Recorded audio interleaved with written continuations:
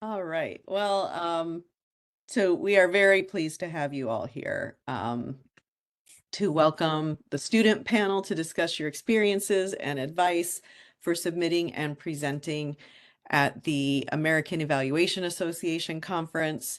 Our presenters will share lessons that they learned from their journey to AEA 2025, including teamwork, proposal design, poster development, and effective conference presentation techniques. Our presenters are Ana Vasquez-Quino, a PhD student in EMR. She's also an economist with over 10 years of professional experience working domestically and internationally in the public sector in areas of development, finance, banking, and academia. We have Mahamat Abdullah Karim, whom I know as Taha, PhD student in EMR. Originally from Chad, his background is in business administration and international development administration. He has extensive experience in finance and development across national and international development administration. And Rohula Wahidi is a PhD candidate in education and human development, specializing in workforce education and development, but he also completed his certificate in mixed methods research through the EMR program. With over a decade of national and international experience in workforce education and training, he is currently the program director for economic development and refugee transportation services at a refugee resettlement organization. So I'm going to turn it over to all of you now, and thank you again for being here. Well, thank you everyone for being here. So I'm going to go ahead and share my screen and we can start the presentation.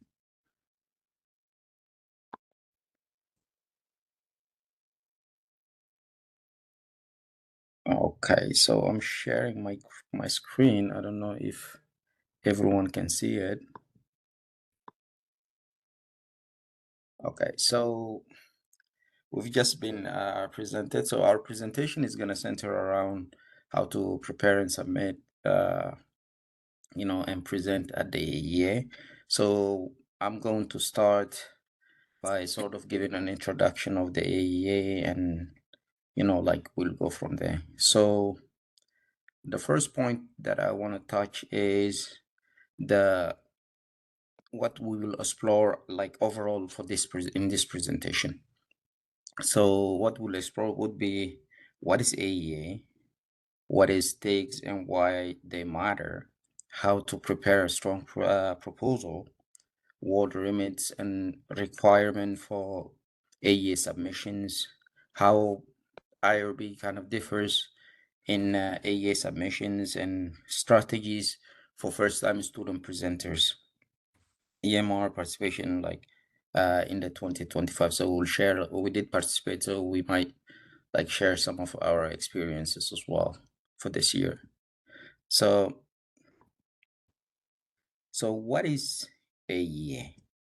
So the American Evaluation Association was created in '86 and is a professional association that supports people who study and improve programs. It sets standards for fair and accurate evaluation work. It builds training that helps members strengthen their methods. It holds also events where evaluators share results, tools, and lessons. It creates a community across education, nonprofit groups, public agencies, consulting firms, health programs, global projects, and so forth. So it promotes learning so evaluators use evidence in their decision making. So why does AEA matters to students and faculty? So I'm going to discuss briefly on each of the points here. The first point I'm going to address is national level visibility for your work. So when you join AEA, your work reaches people across the country. So your ideas are no longer to stay within your campus or your local program. So they enter into a national space where evaluators from many sectors look at your project and can learn from it. So this kind of helps show you the value of your design, analysis, research, and results in a clear and public way. So it helps you see the work can fit in a larger conversation in the field. So national visibility also builds your confidence, and it shows you that your project holds real interest outside your school, and it pushes you to think with a wider lens, exposes you feedback from people who work in evaluation each and every day. So when you present, mostly people will give you feedback, and this feedback helps you sharpen like the message that you're trying to get across and improve your future research. The second point is learning from real world experience and case studies. So you gain access to cases drawn from real life examples. So these cases show teams responding to some of the problems they face in the field, shifting goals and urgent decisions, how data can look when gathered in real settings, and you learn how evaluators handle missing data, low response rate, and unclear outcomes. So this sort of like turns the theory into practice, and it helps you think with more precision. So you also learn the lesson that teams bring forward. Many sessions sort of include honest stories about challenges and missteps. Hearing these stories would actually help you prepare for your own project, and sort of helps you also avoid making the same mistakes. So you learn to stay focused on your question even when your evaluation is now moving in the direction that you want. And the third point that I'm going to address is networking with evaluation professionals. So the association brings you into contact with people who do evaluation work in many settings. So could be from youth program, health program, as I mentioned before. So they design survey, they build logic model, they present the results. So when you speak with them, you get a clear view of notes in the field. You learn what skills matters in real jobs and what teams look for in new staff. So networking also helps you build long-term contacts. So these contacts can lead to research supports, internship, and job leads. So they help you understand how the field moves and where new work appears. So over time, this relationship becomes a support system that guides your growth as an evaluator. There's also opportunity to present your poster, panel, discussion, or demonstration. So the association also gives you many ways to share your work, and each format builds a different skills. So panels, for example, build teamwork and structured speaking, and then they can build clear step-by-step communication. So depending on your targeted goal, these sort of like format of presentation can help. And professional growth and development. So as we all take part in this association, we spend our skills. You hear methods that have not been used yet, like novel methods. You listen to people who solve problem with limited time, or like tight budget. You learn how teams make sense of data that shift over time. This helps become more flexible and steady whenever you're doing an evaluation. So growth also comes from hearing how others approach similar challenges. You learn new ways to frame questions. You learn how to check assumptions. You learn how to explain results more clearly. And the next point that I'm going to address is the last point: strong addition to academic and professional resumes. So as students, we are all looking for things to add for our resumes, the experiences we got, everything that we worked for. So going to these presentations is actually a great tool, and it can help to add in resume. So that would be helpful later on. So I'm going to move on to the annual conference overview. So the AEA brings together a large community of evaluators each year. I think, if I'm not mistaken, last year it was around 1,300. I don't know the exact number for this year, but it draws people from many sectors who want to share their work and learn from others. The size of the events creates many chances to see those ideas and how the field, how there is like new knowledge, and this new knowledge is shifting the field. So the reach of the conference also gives you a space to place your own work in larger contexts. And it includes also hundreds of sessions where evaluators shares methods, result tools, and lesson learned. And participants come from universities, nonprofit, foundation, and government organization. So this sort of like just the annual overview of the AEA. So the next part that I'm going to cover is the conference theme. So each year, the conference have their own sort of theme, and this year's theme kind of centers around engaging community, sharing leadership.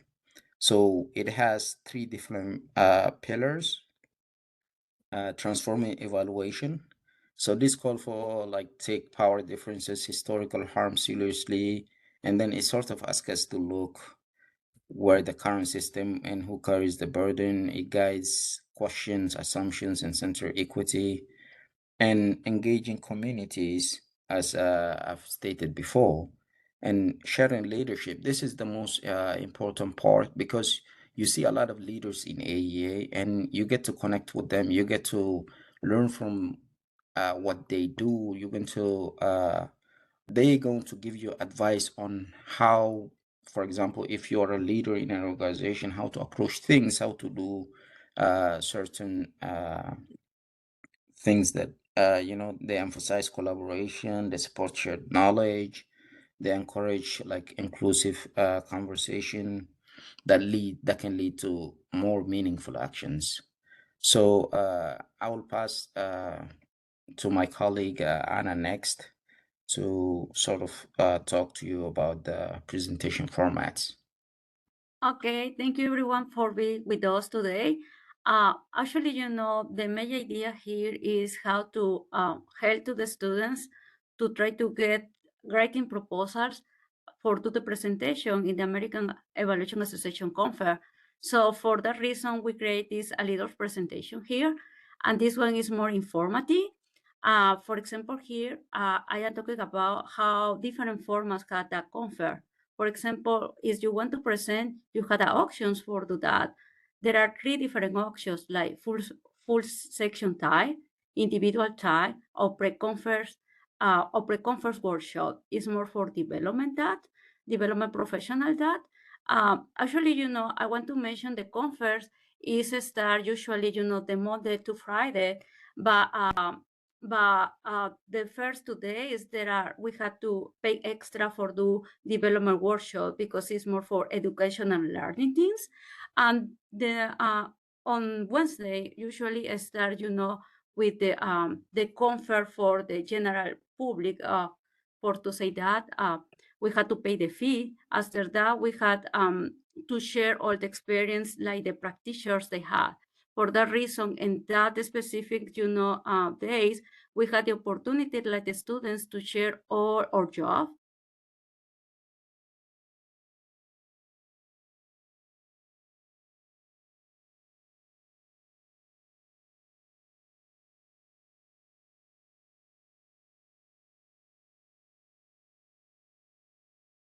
I think we lost Anna.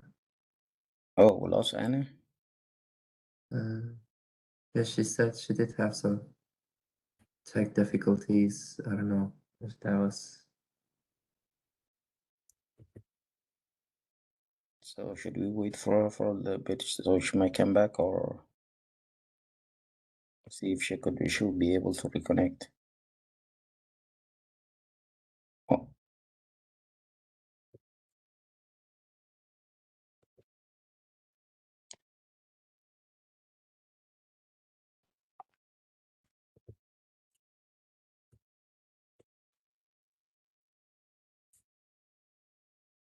So probably I could continue the okay. presentation before she comes in. I'm not sure if she has issues with the internet.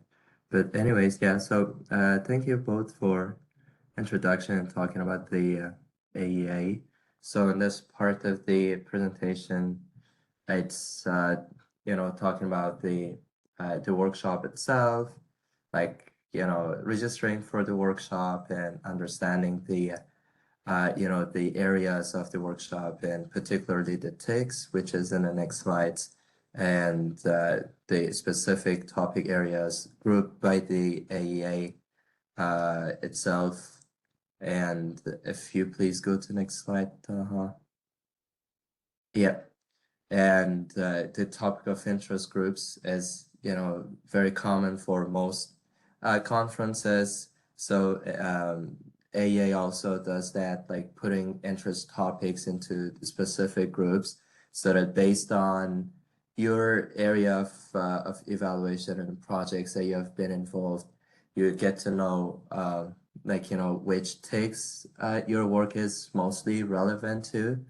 And the you know, the tips would be, when you are applying for sending your application for the, you know, for the AEA, you need to make sure that you're choosing the take which is the most relevant. And as you know, some of the examples of the takes are listed here. And one of the other ideas of why you have to choose the ticks very carefully is that because there are people who are very much related, or who have shared interest areas or research areas or work areas, that you get to meet them and you get to build networks and you know, connect with them, and then they might turn out to be your you know, connections after the conference as well. So an idea of why takes are important, because, you know, as folks send applications to the conference, they decide on the you know, relevancy of your proposal to the ticks that you are suggesting, and that helps the you know, the conference organizers to put the proposal in applications, you know, group them together. And like I said earlier, so the ticks also help you understand, you know, which ideas you're going to be presenting, and that would help the attendants, the participants know more about your topic. So I think Anna is back. I would like to shift back to Anna. Sorry, taking your. So sorry, this is a really disaster. I was speaking, and then I realized, you know, I am no connect. But anyway, so here is a leaders, you know, a leader's tips we can to share with all the students how to choose the right tick, the, you know, the topical for the presentations. So the very good idea first is to read the description. Everything, you know, the information is in the American Evaluation Association website. That's a good idea for a start or proposal. The next thing is, you know, matching your topic with this specific topical in group, because that's very important, because they had to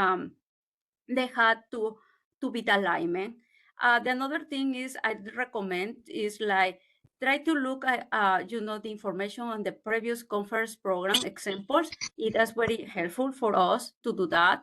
The another important is you had a question. Please ask to the professors, you know, the Dr. Gary and the Dr. Michael Hart. All the time they are open to share the experience and to help to us.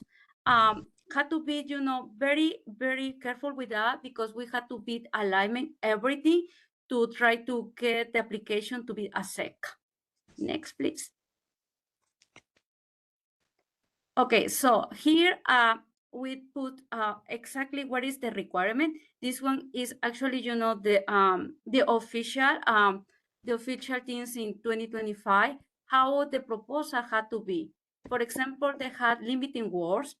We had to, you know, the category, the proposal, we had to be the information like presenters and the role. We had to do the specific, like previously as I mentioned, the topic interest group, that the proposal extra as well is very limiting the words, relevant statement, session information.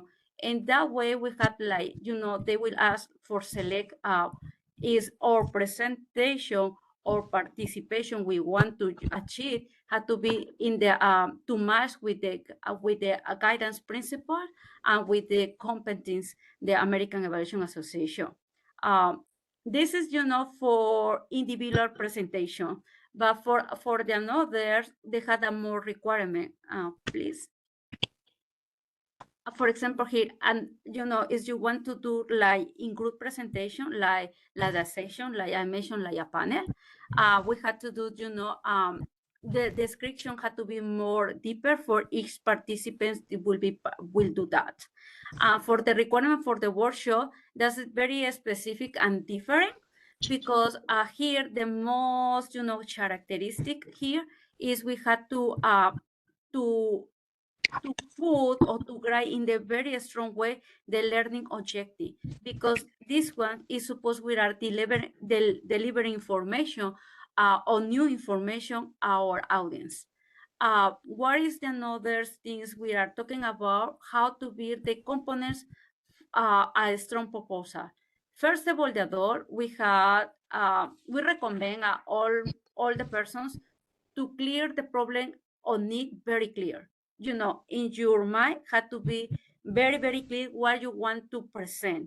The purpose of the session, you have to think it about, like, will be, what will be like the description, what will be my audience, what they will learn from that, what is my engagement for that, how will connect this, this proposal or that idea I have with the American Association thing. That's very specific, because you have to match most as soon as you can.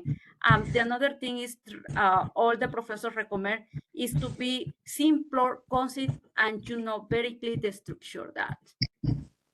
Had to write the strong title. The title had to be not 100 words, had to be short and very specific, easy to understand everyone.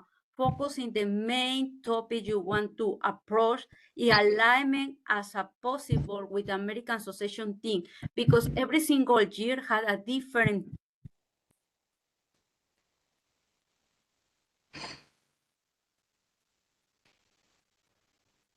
Wow. So, as Anna was saying, is when you're writing a strong proposal, all of these criteria have to be met. So, the one important area that she was kind of focusing on is aligning the theme when possible. So, whenever we have like a conference every year, the AEA has a theme. So like the better your proposal sort of aligns with that theme, the better for you, the better the chances that you are getting selected. So that's also one thing that to consider.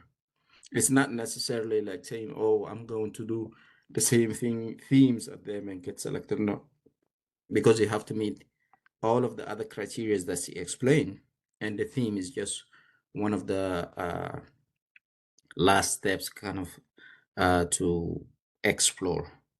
So how to write an effective abstract. So abstract for AEA, as she mentioned, is limited to 150 words.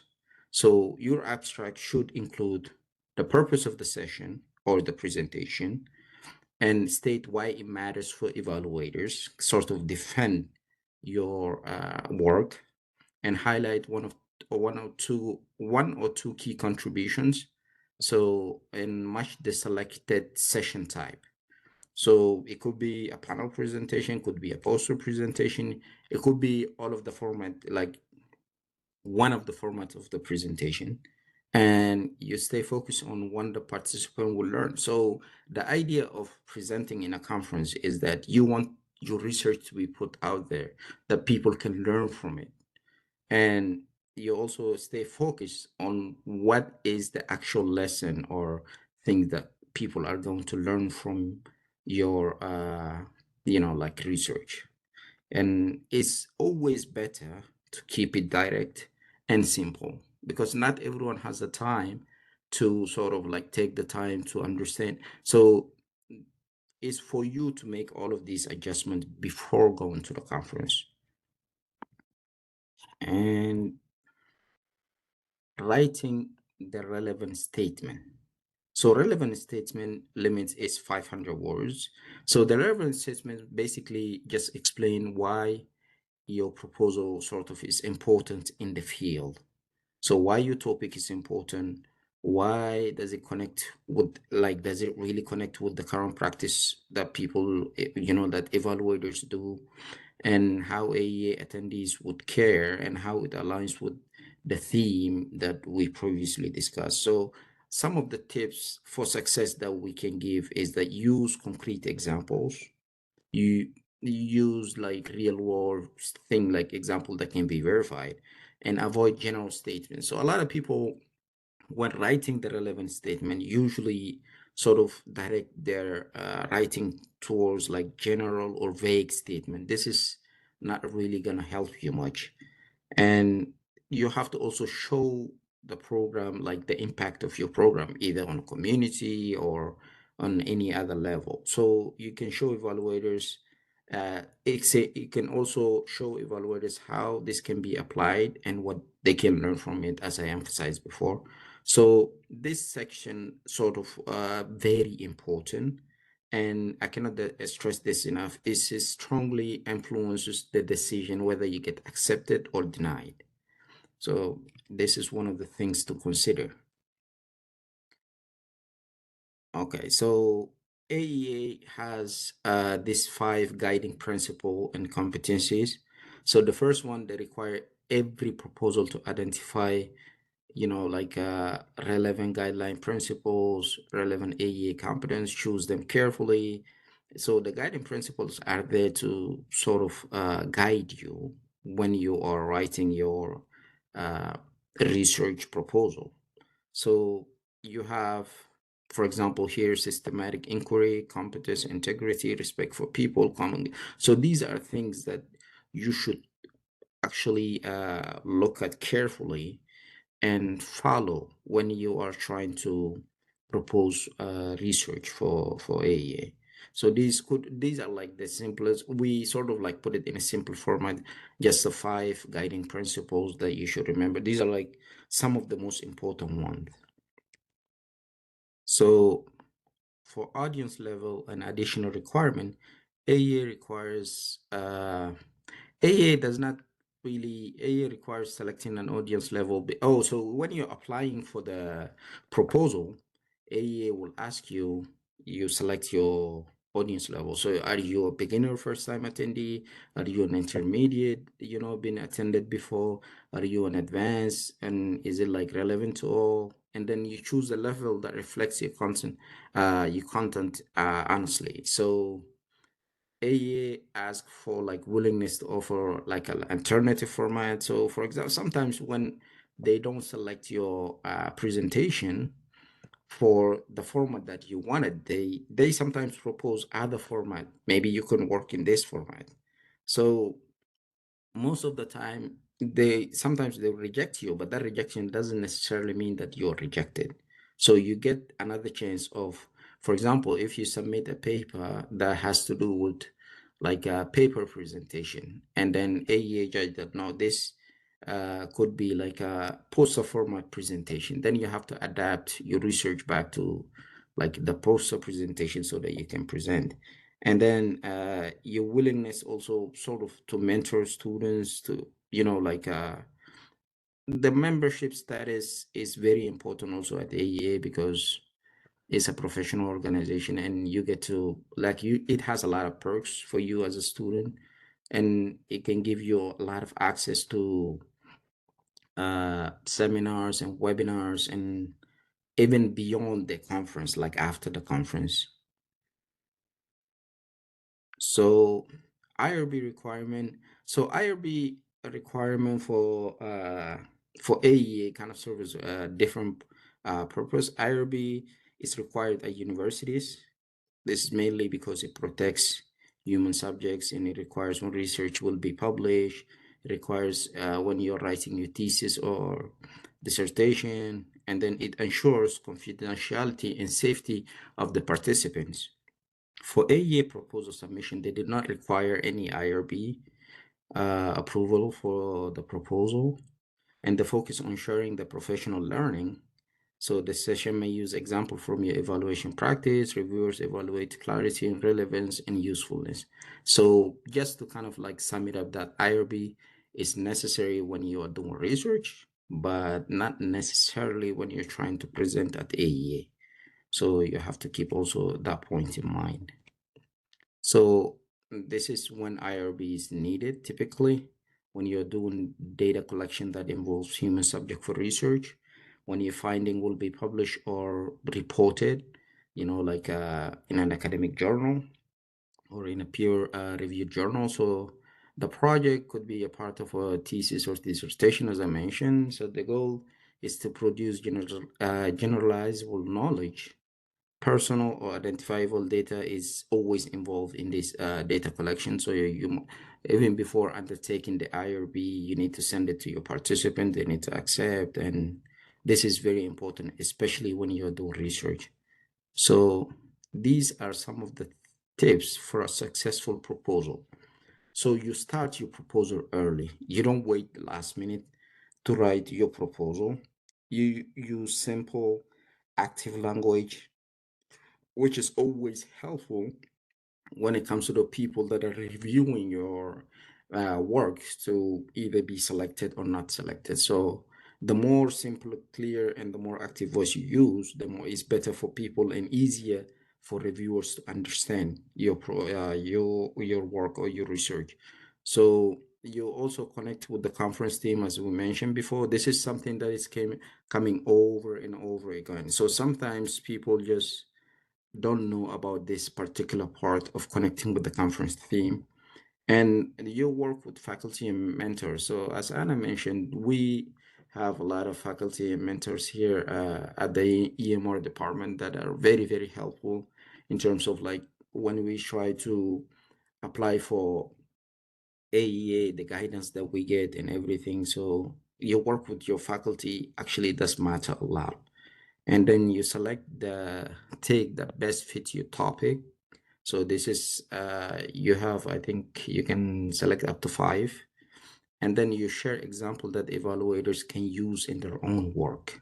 So this is the part of the learning or the knowledge that you are transmitting from your research. So how people will benefit from this, how people will use it in their work. So that is something very important, and you need to stress that in your proposal. And hopefully, if all of these points are addressed in your proposal, it would be successful.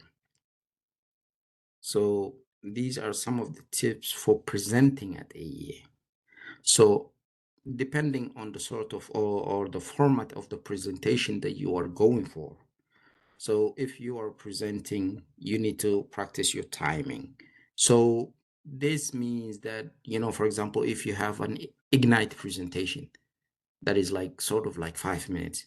So you need to be in tune with like what you want to say, because you only have 5 minutes or less, and the slides are going off automatically every 15 seconds. So it's sort of have this practice that, alignment with your work. So that when you go there, you just present it clearly and you focus on your visuals and understanding. So those can be addressed in the slide, and then you speak. The most important thing is a lot of people, when they are presenting, they tend to speak quickly and not slowly and clearly. So people might not even understand what you are saying. And especially for us international students, English is not our native language. So it's better to just take it slow and then speak clearly so people can understand you. And then you can share your practical lesson that you learn, and then you can invite the audience to interact with you after. But some of the format of the presentation will not allow questions or audience interaction until the end. And you also like be ready to answer any question that anyone might have. So the whole idea of you presenting in that in the AEA at the AEA, sorry. So it's sort of exposing people to your work. So you might answer a lot of questions, and you have to always be prepared to answer questions when you go to these evaluation conferences. So the resource for a student. there are a lot of resources, but the most important resource is first, you have to check the AEA website. You have to check the AEA 365 blog. You can find some helpful information in there from people past experiences. And then you can also go to past conference programs. And as we mentioned, faculty mentor is a key thing to consider. And in here, we have the EMR student community. So that is very helpful for us as well. So this is some of the pictures that we have taken at AEA. So as you can see, all of us here are almost from Western. And you see that Anna had a photo with this prominent evaluator, Michael Quinn Patton. So it was really great to learn from everything that has been done. And Michael here, as you can see, had also a workshop and some other presentation that he has presented. And as you can see here, Rahula, and we have also Abdurrahman. So all of us, we went, we presented, we participated, and we sort of also like very curious, and we learned a lot of things at this presentation. Honestly, something that I would really advise to people, even if you're not presenting, try to go there, try to find out what people are doing, attend the sessions, sort of participate, and it will actually add to your knowledge base. So it's very important. So this is all for our presentation today. And if you guys have any question, would be open to questions.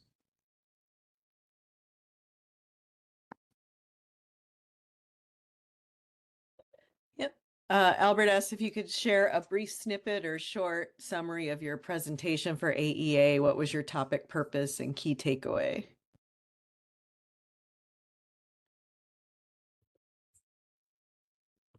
Yeah, Anna can answer that one. Hola. Okay, what is the question is a short summary the your presentation. Okay, in this specific year we present two different things. One was a poster, and the another was a very short presentation, 5 minutes. And the 5 minutes presentation was about the one community piano program. Actually, that, is the job I am working with the Dr. Miron. So the Dr. Miron was mentoring me, how to do the slides and everything, because it had to be attractive for the audience. It had to be very clear. Yeah, I had to speak slow because I am Mexican, I speak so faster. So, first I take all the recommendations to Dr. Miron, and then I create, the presentation. My presentation was about how really lessons we learn like evaluators from do that evaluation job. For example, I can to share, for example, we had to communicate with the clients. We had to do the data collection. We had to, how we dealing, with the data is like sometimes the instruments that are changed because this specific evaluation was done with collaboration with our clients. Is sometimes they edit the instrument, if they change a little question, and then, we had to mark this one and to clear, everything the most we can do it for do, as a very good report for them. So that's one of the experience to do that. I learned one thing, how to manage the timing is very important. The second thing is, I think some was like, I learned more like another college there was over there, college was over there in the same situation. In the last minute, there was, our practice, the slide in 5 minutes. One specific comment I get from one of our classmate was the another person suffer a lot for timing because it's 5 minutes. Actually, he was in shock. It's like, you did that in 5 minutes, unbelievable, or you speak slowly, you did on timing and everything. It's like, yes, but I was, take all my recommendation from my advisor. That is why I did that way. The second thing that we want to share is we did the poster presentation. The poster presentation, we focus, in this specific context of the government, how, the executive order from, from the government now affecting to the evaluation field, we create a poster, if we create like a framework, how to adapt our evaluation job to the new requirements, to fill it out all the requirements for the regulation for the government. So in that moment, I told the Dr. Miron, it's like, I feel very, very nervous because I'm international. I feel like, okay, I had to speak, but I had to speak, in the very a slow way and a very, appropriate way to my audience. We had a very good feedback. One of them, they asked me is, we will do publication about a topic. Yeah, I say to them, very honest way, that's the, theoric ideas, we're working together, our team, but still, we are trying, to see how my advisor will be the future for that topic. And the second thing is, the another thing is they say, okay, this is theoric. How about if you had the opportunity to apply this specific model to one organization and to do the evaluation? How can to look the evaluation report about, with this specific model? Yeah, I say, yes, we can try, but still, we have to recruitment the clients or to, and to see what is the better way to approach that. So I had, two things very good from the experience that in this year, because in the previous year we did another presentation, the same group together, Tahan, Ruhula, and me together, all the time we are working together. So this specific is the, what exactly we did or think or the presentation. So I don't know if you had, is enough for you to hear that or no, Albert? No, I'm glad. Thank you. It's quite inspiring. It's quite inspiring. Thank you. Yeah, you're welcome. So I heard that Joshua was doing his Ignite session, and when he came into the room to sit down, he had plenty of time. But then, as it turned out, they called his name right away because some other people were on the schedule and did not attend. So what he described, you have to be really prepared for the Ignite session because it goes so fast. So he said he rushed up on the stage and he started to say his name and it was already on slide 2. So he was like, oh, so, but I think I understand he caught up, but that was quite a surprise for him to think that he had 15 or 20 minutes, and then he was told that they called his name and started showing his slides. I mean, that specific year, I think so, Dr. Miron, there was a lot of presenter missing because, the travel, cancellation, flight and everything was very, shocking for everyone because actually, my presentation had to be at 3. If they start like, like 2:40, but it's like, but everyone with experience that in this specific year. So how did yours go, Anna? Did you manage to have a conversation on each slide and keep up with the pace without speaking too quickly? I know speak quickly. I had to speak slow because, I am international. All my professors say, Anna, speak slow, just to know you. All of them is like, speak slow, focus, in your specific idea you want to transmit. Yeah, I did that way. No, but was amazing because everyone was, like rushed and very nervous. Yeah, I think so, EMR prepared me because, in that specific program here, we had to do presentation in all the class. So that is very helpful to me, just to know with my language, but feel confident when I deliver the information to another persons. Honestly, 5 minutes was first of all like, oh, I cannot do it. When I practice, like, yes, I can do it. I can do it slowly and professional way. Yeah, I feel very happy because, the tool told me, it's like, amazing. You did in 5 minutes, no rush. Every single slide you got on timing. The another participant was struggling with the slide and with the timing. And me, no. For one specific reason, this time, no. Good. Yeah, I love that. Honestly, I love that. So, Albert, I see your question is fine. So you said if you were to present the same topic again, what would you improve? Honestly, we would improve quite a bit because we got a lot of feedback from like evaluators and other researchers, I would say, to point out like, oh, this is the model, this is really good, but it would be helpful. So we noted down everything that was given to us as feedback.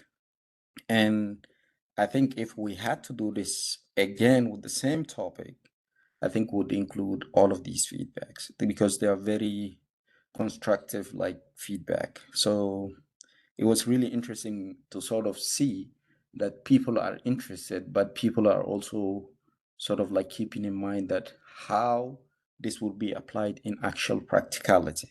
Because sometimes theory may not be, like in theory you might write something, but in practice it might be different. So people with experience, people who have gone through this, and people who are doing this on basically like on an everyday basis can give you these very, very helpful feedback. So it's important for us to consider all of these things if we had to do it again. And also the other experience that I had during the conference was that it's not necessarily all who attend are from academia, because I got to meet so many people who were just experts in the field, and then they were like working at different consultancies, and they were all consultants from different companies and different organizations. And that was also, one of the highlights of the conference for me personally, because that is something you create a network of people probably outside the academia who are in the field and working at different projects or different programs.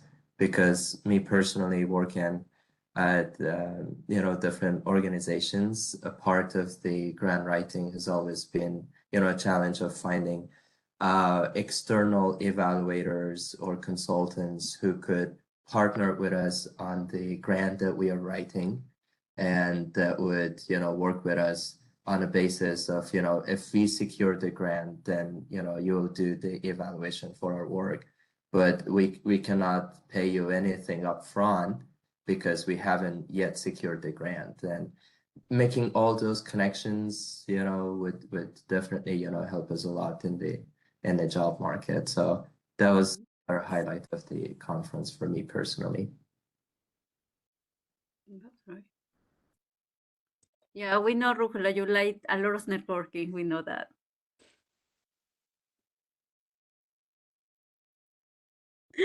Yeah.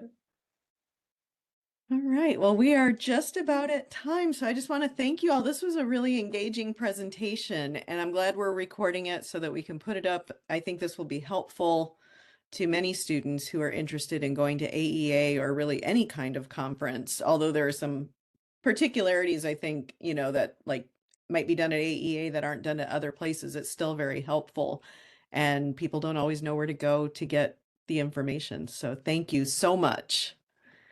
Thank you so much, Dr. Regina, for inviting us. I'm so sorry again for the technology here. It's so crazy days, but that's Nobody's fault. Yeah, Thank you Thank you. all, for attending. Yeah, thank you. Thank you. Thank you. I'm so inspired. Thank